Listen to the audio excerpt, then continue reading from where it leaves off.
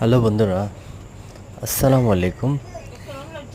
ছোট্ট একটা বাজিগরের বেবিকে নিয়ে আসলাম, যেটা বাজিগর বড়গুলো ওটাকে আদা খাওয়াচ্ছে না, তাই নিয়ে আসলাম ঘরে। দেখি কি করা যায় ওকে নিয়ে।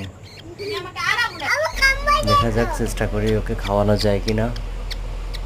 আমি প্রায় চেষ্টা করতেছি ওকে খাওয়ানোর জন্য, কিন্তু ও ওরকমভাবে খাচ্ছে না।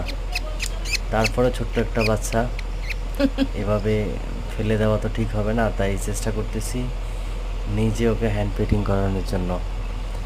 তাই নিয়ে আসলাম হ্যান্ড ফিডিংগুলো, ওকে খাওয়ানোর ট্রাই করতেছি। যাই হোক, আর কি করা যায় সবাই একটু জানাবেন, যারা বাজিঘর পালেন তারা একটু জানাবেন কি করা যায়। সবাই ভালো থাকুন, আল্লাহ হাফেজ।